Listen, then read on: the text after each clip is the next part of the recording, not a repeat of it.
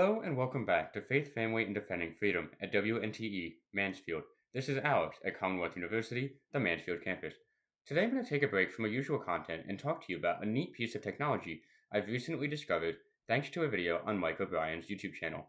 Also, I should mention that this video is not sponsored in any way.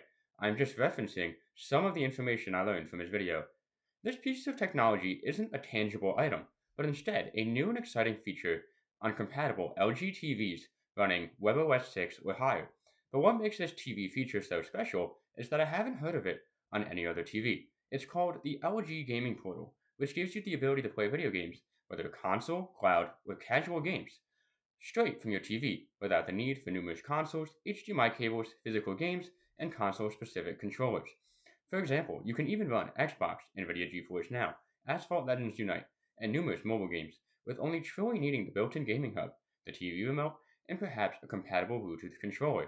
You can also choose to connect your phone as a controller, and LG does a good job of listing the required controller type next to each game. Also listed next to each game is the recommended age rating and customer review ratings. Well, what's the big deal? Why should I care? To start, these TVs are, quote, the world's first to support 4K 120Hz with HDR cloud gaming via the native GeForce Now, end quote. Secondly, you can even run games like Fortnite, Assassin's Creed, and many more demanding titles that, up until recently, were only considered possible on primarily console or PC. In reference to Asphalt Legends, a nice in-game feature included is that all cars and maps are unlocked right away, which isn't true across all platforms that run this game.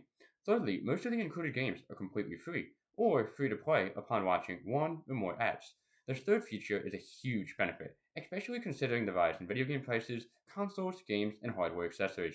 Okay, well, that all sounds nice, but there has to be a downside, like a catch, right? Yeah, well, like all things, there is a catch. Firstly, not all consoles and games are supported.